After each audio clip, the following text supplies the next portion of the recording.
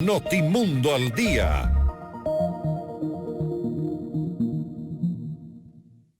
6 de la mañana, 34 minutos. Grupos insurgentes, análisis de lo que pasa en Chile, lo que pasó en Ecuador, declaraciones de Nicolás Maduro son varios de los temas que vamos a tratar enseguida con nuestro invitado que ya nos acompaña en nuestra mesa de trabajo. Es Arturo Torres, periodista de investigación. Arturo, buenos días, gracias por acompañarnos. Bienvenido. Muy buenos días, gracias por la invitación. Arturo, queremos saber si hay grupos insurgentes en nuestro país y cuáles son las pruebas de que, si es que existen, de que están. Bueno, básicamente estos días el ministro de Defensa acaba de básicamente confirmar que hay un grupo subversivo que está operando en el país, y me parece que eso tiene que ver mucho con las evidencias que ya se han venido presentando desde hace algunos años, en los cuales se identificaba la participación de movimientos armados ilegales que eran, por decirlo de alguna forma, células. No tenían la configuración de un movimiento subversivo.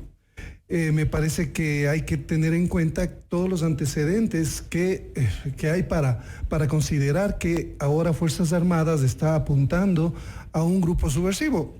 Básicamente las señales se venían dando en función de que más o menos desde el año 2015 ya había entrenamiento de algunas células en diferentes provincias del país. Esto era visto de forma aislada por el Centro de Inteligencia Estratégica, hoy es CIES, antes era CENAIN. Ellos nunca hicieron un escenario completo, es decir, tenían información dispersa, pero ellos no pudieron analizar en conjunto toda la amenaza y este surgimiento de lo que ahora se está reconociendo como un movimiento subversivo. También hay que recordar el tema de Buenos Aires. En Buenos Aires vivimos hace, febrero, marzo de este año, cuando hubo el desalojo de la policía de todos estos mineros que estaban haciendo actividades ilegales en las minas a 2 horas de Quito, 2 horas y media de Quito. Ahí había también disidencias del ELN y disidencias de las FARC, y también gente del ELN que están trabajando ahora con el tema de la minería y sobre todo del oro. Y había presencia de estos movimientos, pero esto no es nuevo. La presencia de movimientos subversivos, como por ejemplo las FARC, que ahora son disidencias, y el ELN, están en el país desde hace mucho tiempo, desde hace muchos años, desde hace 2 décadas, diría yo. ¿Con qué objetivo? Básicamente era visto Ecuador como retaguardia, como zona de logística para proveerse de víveres, de insumos, de armas, de explosivos, de químicos, también para procesar la droga.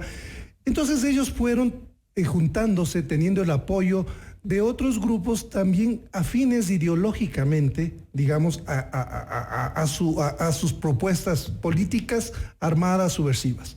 Estos grupos y estas células siempre estuvieron activas aquí en el país, integradas por ecuatorianos, extremistas que básicamente se mantenían así, digamos, al margen, se activaban en ciertas protestas, ¿no es cierto?, con grupos de extrema izquierda.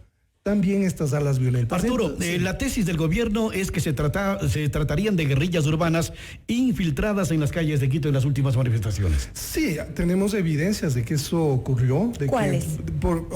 Es que tenemos algunos grupos, es difícil ponerle un nombre, ¿no es cierto? Porque lo que hubo es una operación simultánea en diferentes puntos de la ciudad y en diferentes puntos del país.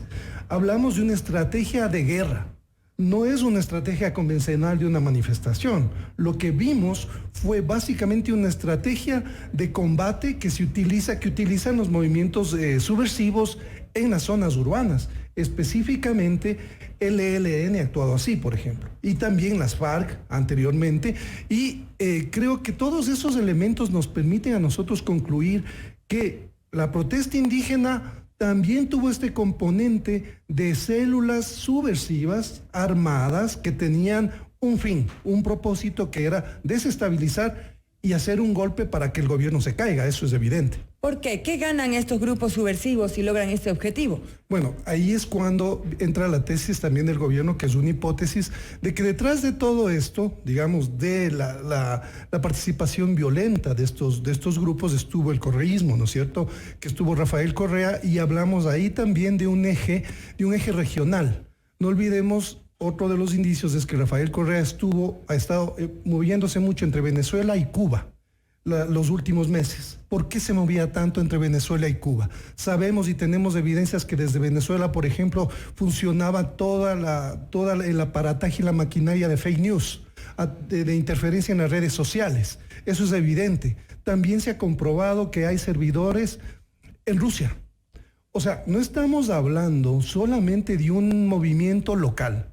Hablamos y podemos lanzar la tesis y la hipótesis que tiene algunos indicios que hay que confirmar de que esto es una articulación regional con apoyo directo de Venezuela, porque sabemos que Venezuela es un estado fallido, es un estado que básicamente tiene que ver mucho también con el cartel de los soles, con el narcotráfico y con la protección de guerrilleros de las FARC y también del ELN. Quiere decir que si hubo infiltración de grupos internacionales regionales que buscaban provocar desestabilización democrática en el país, Arturo. Así es, las evidencias nos dicen de que hubo, o sea, es un hecho que hubo una participación de movimientos violentos armados, porque se han encontrado armas, por ejemplo, se han incautado armas, este tipo digamos, de expresiones violentas, de utilizar cohetes caseros, ¿no es cierto? Esto no había pasado nunca en las protestas, en una protesta convencional. Entonces, estos elementos, y además hay bastante información de lo que yo conozco, que básicamente ratifica cómo se iban entrenando estos grupos, no desde el año pasado. Desde hace algunos años en el país se están entrenando y recibiendo adoctrinamiento de otros países, estos grupos que se han activado básicamente ya concretamente en esta protesta que acaba de efectuarse hace pocas semanas en Quito. Y usted menciona que uno de los mentores de lo que está ocurriendo en diferentes países es Nicolás Maduro. Hemos visto recientemente en las protestas de Chile, por ejemplo, que ocurrió algo muy similar a lo que ocurrió en nuestro país. Varios días de protestas por la inconformidad de la sociedad. En Chile, puntualmente por el alza del pasaje del metro, pero luego el presidente dijo que se retractaba y ya no habría alza. Sin embargo, las protestas continuaron y de una manera muy violenta. Hubo saqueos, al igual que hubo aquí en Ecuador, hubo agresividad a los uniformados, lo mismo que ocurrió en Ecuador, y es como si se manejara un mismo modus operandi. Sí, creo que hay un denominador común. Las manifestaciones dejaron de ser, porque era normal que se desborden las manifestaciones, pero no se convertían en saqueos, en actos delictivos, en quema de edificios, en una serie de hechos violentos que son inéditos en Latinoamérica. Además, visto en el contexto regional, veamos también lo que ya ocurrió en Colombia, igual. O sea, tenemos elementos que sí nos permiten lanzar la tesis, la hipótesis de que hay un componente y una estrategia regional para desestabilizar a los gobiernos que son considerados de derecha. Piñera es considerado de derecha, igual Lenín Moreno, por tener ahora nuevamente acuerdos con Estados Unidos. Entonces, este componente político es el que también es común, ¿no es cierto?, entre Chile y Ecuador, por ejemplo. Y la expresión de manifestaciones, o sea, yo creo que que buscaron una cobertura perfecta y adecuada en una protesta social para infiltrar a estos grupos violentos, delictivos, anárquicos, hay que decirlo, son anarquistas, es gente que tiene que ser identificada, tiene que ser sometida a la ley porque han cometido delitos. Eso no es protesta social, es básicamente delincuencia organizada. Entonces creo que hay que discriminar bien las cosas y también establecer responsabilidades, en este caso del movimiento indígena. Creo que tienen que investigarse las relaciones que hasta ahora el movimiento indígena ha dicho que no tienen, que eran grupos infiltrados, pero me parece que hay que investigar. Porque hay algo, Arturo, por ejemplo, ¿cómo entender la destrucción y el posterior incendio de la Contraloría, donde los dirigentes indígenas manifestaron que nunca ingresaron y tampoco provocaron los daños? Creo que hay que investigar, o sea, me parece que eso tiene que establecer las autoridades. Yo creo que en los testimonios que den las personas que yo creo que muchos de ellos eran pagados, asalariados, ¿no es cierto?, son delincuentes comunes, identificados a su vez con organizaciones delictivas. Eso ya hay pistas también, ya hay evidencias.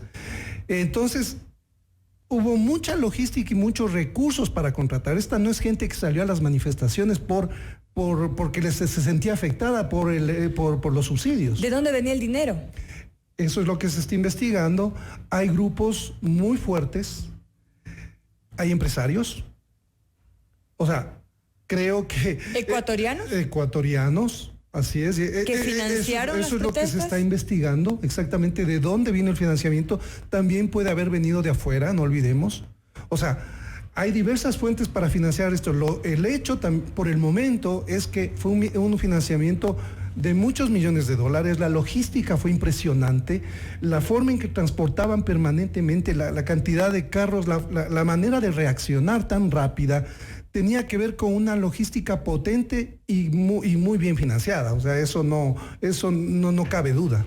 Usted quizá coincide con lo que dice el experto en seguridad, Lautaro Ojeda, quien manifiesta que es evidente que hubo una organización y coordinación en los ataques en los días que hubo las manifestaciones en Ecuador. Sistemática, la organización sistemática, porque básicamente se ubicaron los sitios específicos para hacer bloqueos, había ataques simultáneos, sabían dónde se iba a golpear, porque lo que hicieron es, o sea, hubo una táctica, como yo decía, de combate, de guerra, porque sabían que la policía y el ejército, por ejemplo, estaban focalizados en el teatro de operaciones, que en este caso era la Casa de la Cultura, el centro de Quito. Hacia allá se desplazaron la mayor parte de contingentes en el caso de la capital. Y por eso también atacaron un cuartel militar, recuerda usted. La Balbina, o sea, tenían mucha información, ¿no es cierto? Y esto tiene que ver también con un factor que es muy importante. Incluso se decía que en la ESPE sería el lugar de reunión para el primer diálogo y hasta allá llegaron manifestantes. Ese es el tema, que ellos tienen operadores e infiltrados en todo el gobierno, a nivel político, a nivel militar, a nivel policial, a nivel seccional. Entonces, este no es un problema fácil de resolver, porque hay elementos que dentro del gobierno han proporcionado toda la información con la que contaron estos violentos y las protestas para organizar lo que organizaron y para tener el efecto que han tenido. Al decir ello se refiere a los grupos insurgentes. A los grupos insurgentes, a los grupos violentos, ¿no es cierto? Que básicamente ellos siguieron directrices, ellos no estaban simplemente moviéndose como un movimiento anárquico que no tiene un norte, digamos. Ellos sabían, si estaban siguiendo un plan, así se ve. O sea, no, eso yo coincido con el investigador Ojeda en que básicamente había una estrategia muy bien diseñada, con puntos analizando las debilidades de Fuerzas Armadas y de policía, las falencias que habían de inteligencia, el caos. O sea, me parece que esto era muy bien pensado a todo nivel.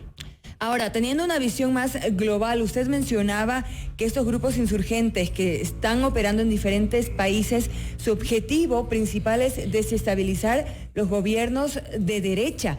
A futuro, ¿qué nos espera? ¿Cuál es el objetivo macro que tienen estos grupos insurgentes para la región? Yo creo que esto, a ver, está por establecerse si el grupo insurgente del que habla el ministro de Defensa es un grupo que se formó recientemente o ya venía formándose. Porque se conjugaron algunos elementos en la protesta. Si había un movimiento subversivo que estaba actuando, en ese momento también se juntaron otros grupos que fueron, como digo, contratados y pagados, que se articularon también a hacer el caos, a ponerle a la sociedad contra las cuerdas y a desestabilizar al gobierno. El objetivo era tumbar al gobierno. ¿Para qué?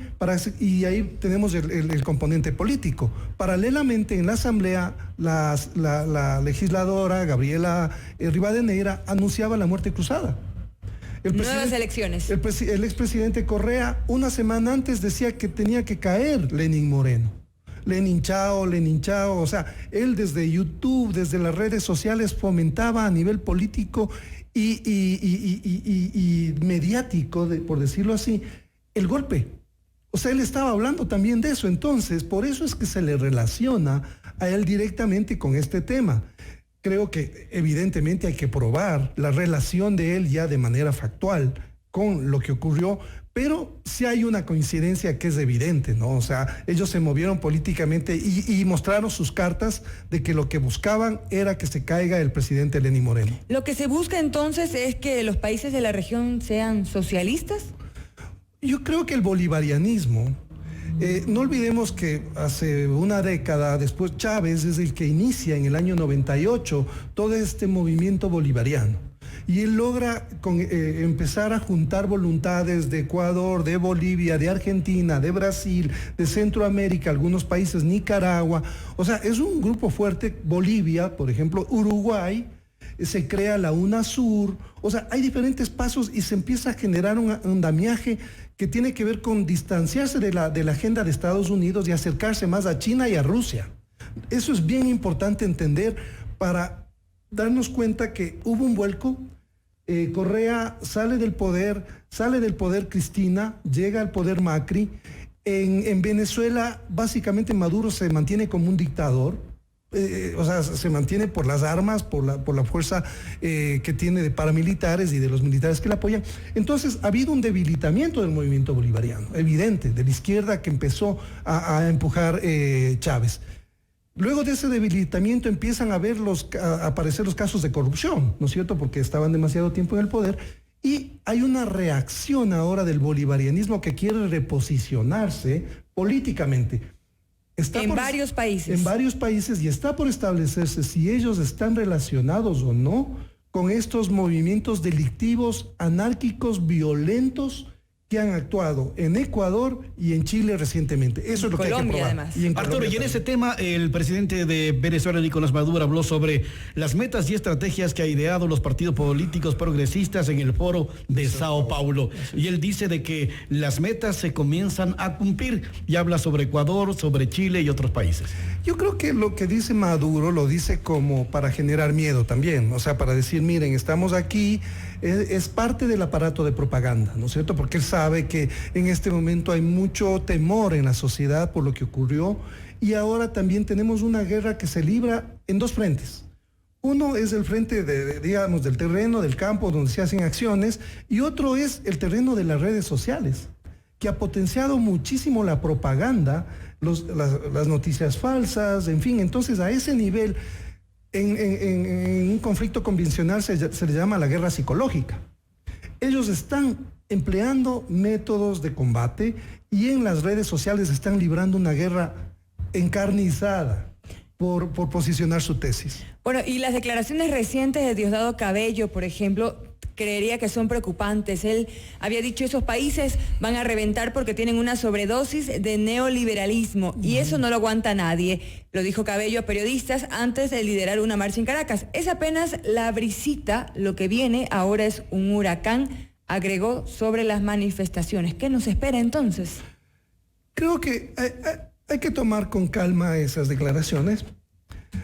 Creo que son parte de la guerra propagandística. Porque básicamente Venezuela es un estado fallido. Obviamente es el espacio desde donde se está regionalizando el conflicto. Y eso hay que tenerlo muy en cuenta. O sea, ya se habló de que cuando ellos acogían a gente de las FARC, a gente del ELN, que está en 9 de los departamentos de Venezuela y circulan libremente, esto ha sido bastante documentado por la prensa, tienen mucho apoyo del narcotráfico, están muy aliados con Rusia, por ejemplo, ellos reciben mucho apoyo. Entonces, evidentemente el factor Venezuela es un factor preponderante en lo que está ocurriendo actualmente en la región. O sea, Venezuela se sintió aislada y ahora está contraatacando a nivel subterráneo, subrepticio, a través de estos movimientos violentos y anárquicos que tienen que ver también con los servicios de inteligencia que operan en Venezuela. Y también hay indicios de que son agentes de inteligencia cubanos. Bueno, y en el tema local, volviendo a nuestro país, ¿estos grupos insurgentes se mantienen entre nosotros? ¿Cómo operan? ¿Cómo funcionan? Bueno, básicamente, como yo mencionaba hace un momento, no ha surgido de la noche a la mañana. Esto ya viene cocinándose desde hace mucho tiempo porque es gente que sigue creyendo, por ejemplo, muchos de ellos en la revolución, en que hay que tomar el poder por las armas, no por la vía democrática, no por las urnas, sino que son grupos básicamente anclados a una ideología de los años 50 y 60 que no han replanteado las cosas y se sienten aislados del sistema. Ahora, también hay un elemento que es importantísimo que tiene que ver con las desigualdades y la extrema pobreza. O sea, eso se mantiene como un caldo de cultivo, no justifica evidentemente lo que ha pasado, ni cómo ellos reaccionan con violencia para tratar de generar el caos en la sociedad. Arturo, ¿cómo se financian estos grupos? Eso es lo que está por determinarse. O sea, yo de lo que un poco he podido recabar información, El financiamiento viene de varias fuentes, o sea, de dirigentes, por ejemplo, dirigentes políticos, de ciertos dirigentes políticos, eso está por establecerse a nivel seccional. La Revolución Ciudadana está detrás, por ello hay varios asambleístas que han solicitado asilo. Eso es lo que también señala el gobierno, ¿no es cierto? Por eso incluso hay un asambleísta que está detenido, Poma, por haber participado directamente en la toma de los pozos en Orellana. Entonces, o sea, creo que tenemos un terreno bastante amplio como para ir reconfirmando todo este panorama que hasta ahora se presenta como un poco todavía distorsionado, ¿no es cierto? Pero hay indicios claros de hacia dónde apuntaban estas manifestaciones violentas. Queremos agradecer al periodista de investigación Arturo Torres por haber conversado con nosotros sobre este tema tan importante y además preocupante, la presencia de grupos insurgentes en nuestro país y no solo en Ecuador, sino también en otros países de la región. Muchísimas gracias por habernos acompañado. Gracias. Esto es Notimundo, siempre bien informados. Recuerda suscribirte gratis a nuestro canal de YouTube FM Mundo Live para que seas parte de todo lo que sucede en nuestros estudios.